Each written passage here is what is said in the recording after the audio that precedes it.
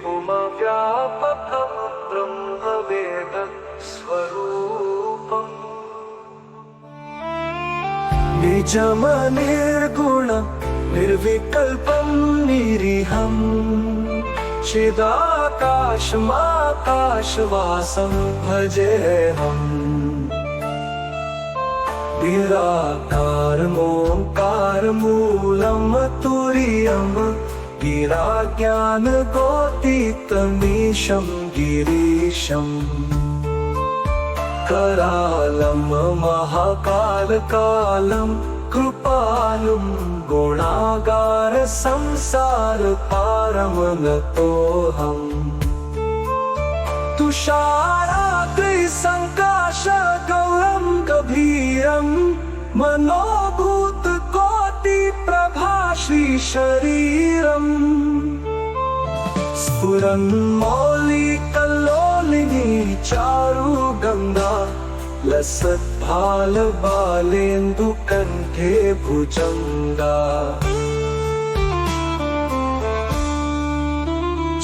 चलत्कुण्डलं शुभ्रनेत्रं विशालं प्रसन्नाननं नीलकण्ठं दयालम् मृगाधीशचर्माम्बरं मुण्डमालं प्रियशङ्करं सर्वनाथं भजामि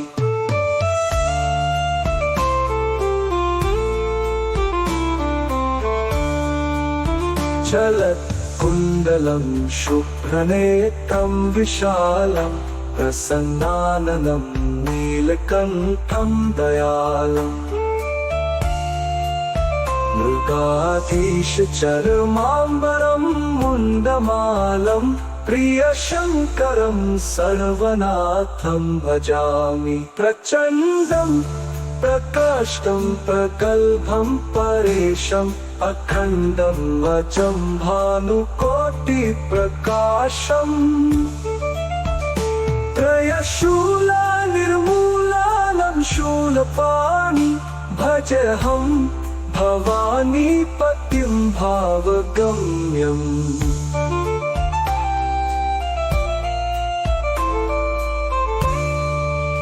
कलातीत कल्याण कल्पान्तकारी सदा सच्चिदानन्ददाता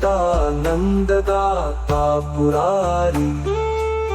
चिदानन्द सन्दोह मोहापहारी प्रसीद प्रसीद प्रभो मन्मथारी नयावतु मानाथ पादारविन्दं भजन्ति ह लोके परे वानराणाम् न तावत् सुखं शान्ति सन्तापनाशं प्रसीद प्रभो सर्वं भूताधिवासम् न जानामि योगं जपं नैव पूजा न तोऽहं सदा सर्वदा शम्भुतुभ्यम्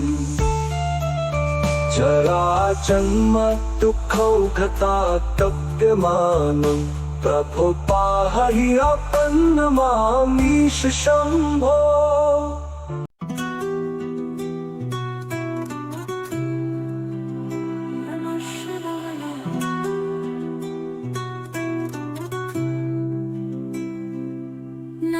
नमामीशमीशान निर्वाणरूपं विभुमव्यापकं ब्रह्मवेदः स्वरूपम्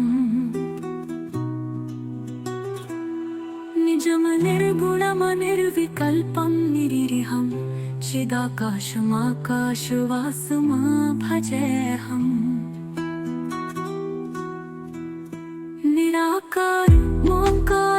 निराकारमोङ्कारमूलमतुर्यं गिराज्ञानगोतीतमीशं गिरीशम् करालं महाकालकालं कृपालं गुणागार संसारपारं नतोऽहम् तुषाराद्रिसङ्काशगौरं गभीरं मनोभूतकोटिप्रकाशम्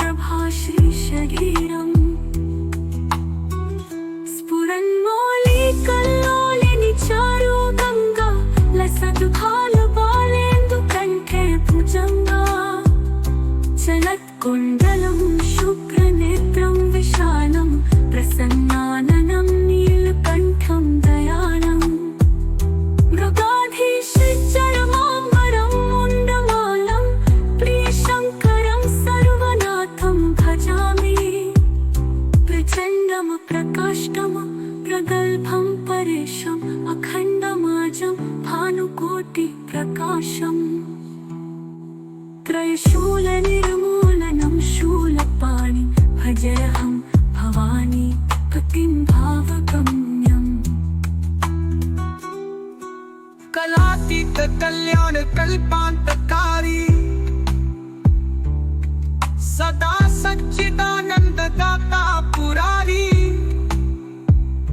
चिदानन्द सन्दोह मोहापहारी प्रसीद प्रसीद प्रभो मन्मथारी नयावदुमानां कृपादारविन्दं भजन्ति ह लोके परे वानराणां न तावत् सुखं शान्ति सन्तापनाशं प्रसीद प्रभो सर्वं भूताधिवासम् न जानामि योगं जपमनैव पूजा न तोऽहं सदा सर्वदा शम्भुतुभ्यं जराजन्म दुःखौघतात्मप्यमानं प्रभो पाहि आपन्नमामीश शम्भो रुद्राष्टकम् इदं प्रोक्तं विप्रेण हर्षोदये ये पठन्ति नरा भक्तयां तेषां शम्भो प्रसीदति इति श्रीगोस्वामी तुलसीदासकृतं श्रीरुद्राष्टकं सम्पूर्णम्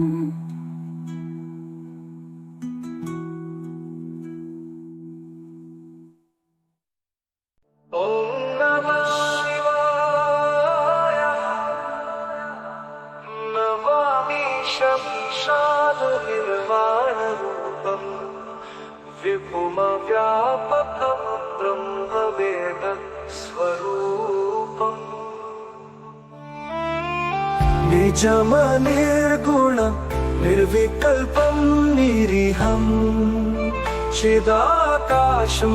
चिदाकाशमाकाशवासं भजेऽहम् निराकारमोङ्कारमूलं तुरीयं गिराज्ञानगोतीतमीशं गिरीशम् करालं महाकालकालं कृपालुं गुणागार संसार पारं नतोऽहम् तुषाराग्नि सङ्काशगौरं गभीरं मनोभूत कोटि प्रभा श्रीशरीरम् स्फुरन्मौलिकल्लोलिनी चारुगङ्गा लसद्भालबालेन्दुकण्ठे भुजङ्गा चलकुण्डलं शुभ्रनेत्रं विशालं प्रसन्नाननं नीलकण्ठं दयालम् मृगाधीशचर्माम्बरं मुण्डमालं प्रियशङ्करं सर्वनाथं भजामि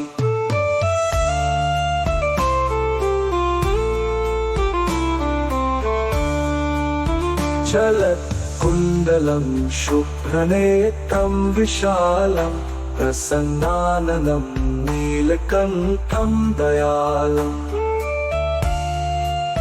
मृगाधीशचर्माम्बरं मुण्डमालं प्रियशङ्करं सर्वनाथं भजामि प्रचण्डं प्रकाष्टं प्रगल्भं परेशम् अखण्डं अजं भानुकोटिप्रकाशम् त्रयशूलनिर्मूलनं शूलपाणि भजेऽहं भवानी पतिं भावगम्यम्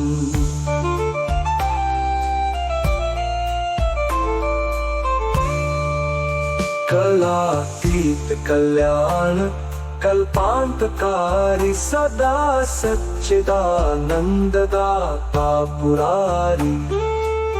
चिदानन्द सन्दोह मोहापहारी प्रसीद प्रसीद प्रभो मन्मथारी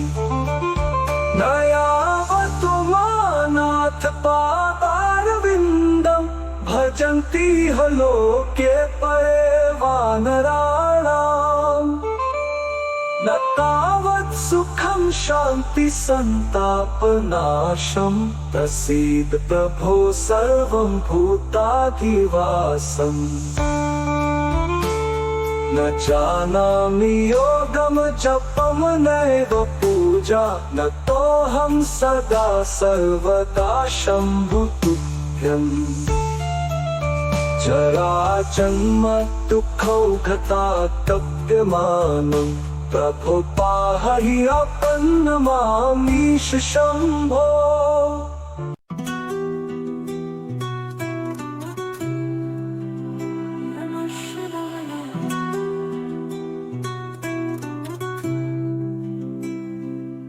नमामि शमीशान निर्वाणरूपं विभुमव्यापकं ब्रह्मवेदः स्वरूपम् निजमनिर्गुणमनिर्विकल्पं निरीहं चिदाकाशमाकाशवासमा भजेऽहम्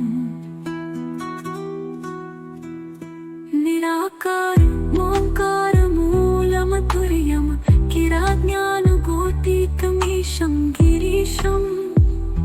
करालं महाकालकालं कृपालं गुणागार संसारपारं नतोऽहम् तुषाराद्रिसङ्काशगौरं गभीरं मनोभूतकोटिप्रभा श्रीशरीरम्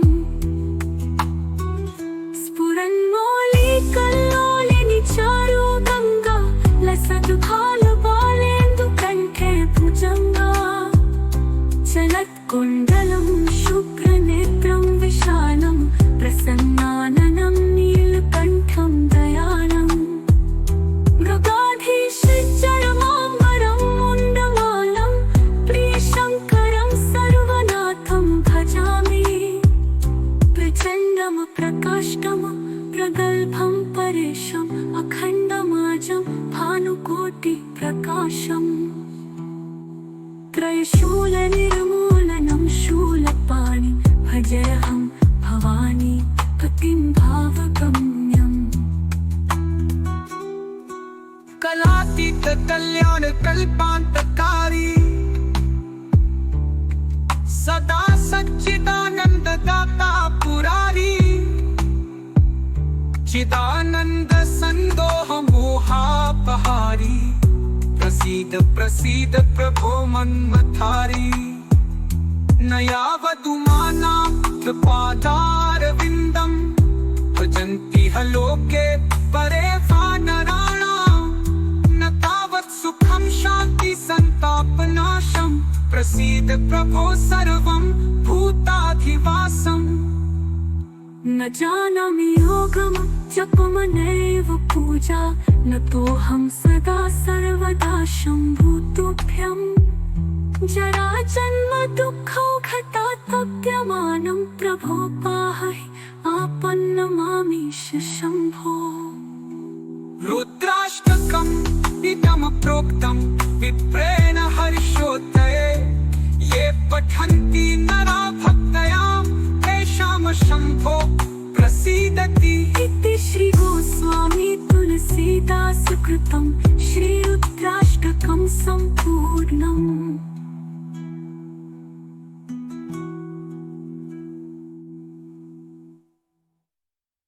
ॐ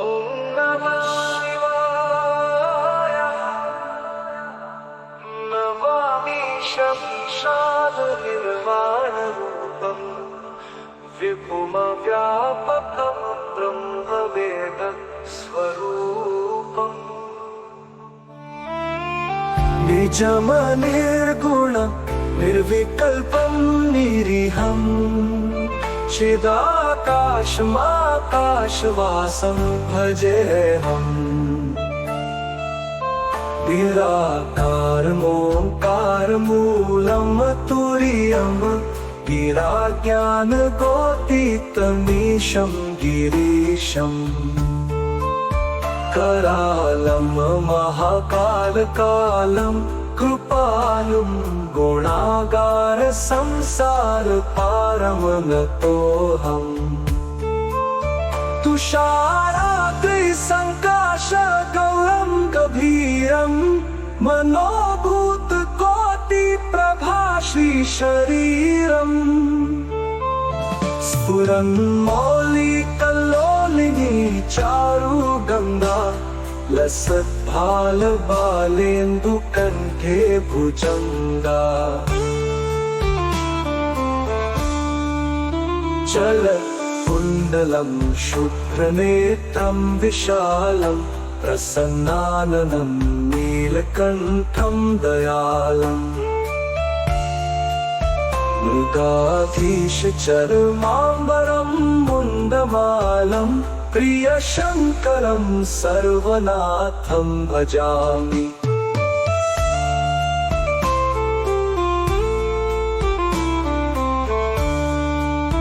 चलत्कुण्डलं शुभ्रनेत्रं विशालं प्रसन्नाननं नीलकण्ठं दयालम् मृगाधीशचर्माम्बरं मुण्डमालं प्रियशङ्करं सर्वनाथं भजामि प्रचण्डं प्रकाष्टं प्रगल्भं परेशम् अखण्डं अजं भानुकोटिप्रकाशम् त्रयशूलनिर्मूलानं शूलपाणि भजेऽहम् भवानीपतिं भावगम्यम्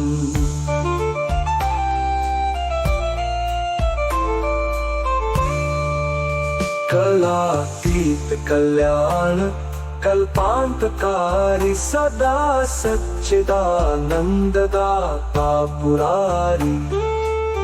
चिदानन्द सन्दोह मोहापहारी प्रसीद प्रसीद प्रभो मन्मथारी नयावतु मानाथ पादारविन्दं भजन्ति ह लोके परे वानराणाम् न तावत् सुखं शान्ति सन्तापनाशं प्रसीद प्रभो सर्वं भूताधिवासम् न जानामि योगं जपं नैव पूजा न तोऽहं सदा सर्वदा शम्भुतुभ्यम्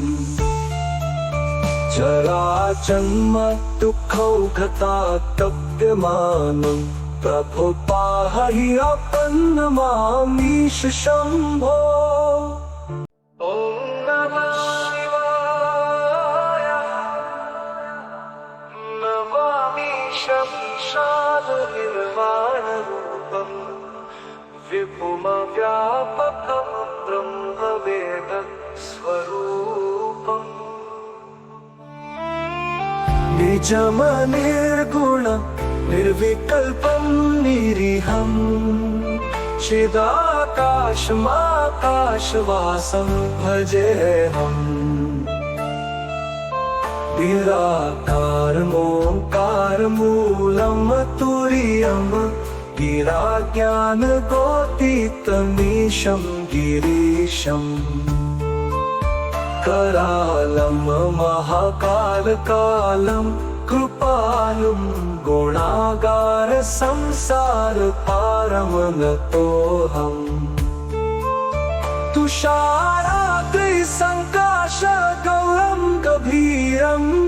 मनोभूतकोटिप्रभाश्रीशरीरम्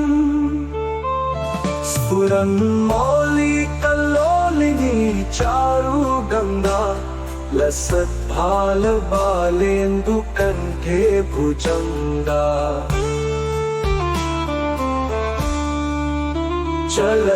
कुण्डलं शुभ्रनेत्रं विशालं प्रसन्नाननं नीलकण्ठं दयालम् मृगाधीशचर्माम्बरं मुण्डमालं प्रियशङ्करं सर्वनाथं भजामि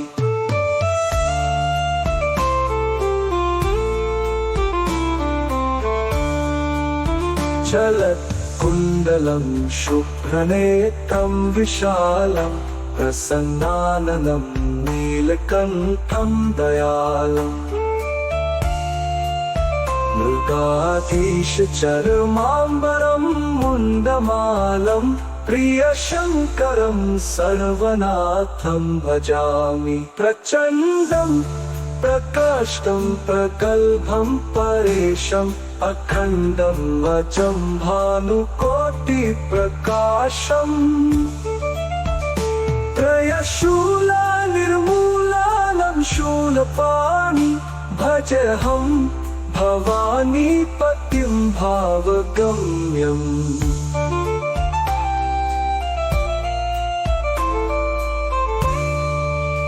कलातीत कल्याण कल्पान्तकारी सदा सच्चिदानन्ददाता पुरारी चिदानन्द सन्दोह मोहापहारी प्रसीद प्रसीद प्रभु मन्मथारी नयावतु मानाथ पादारविन्दं भजन्ति ह लोके परे वानराणाम् न तावत् सुखं शान्ति सन्तापनाशं प्रसीद प्रभो सर्वं भूताधिवासम् न जानामि योगं जपं नैव पूजा न तोऽहं सदा सर्वदा शम्भुतुभ्यम् जराजन्म दुःखौघतातप्यमानं प्रभो पाहि अपन्नमामीश शम्भो।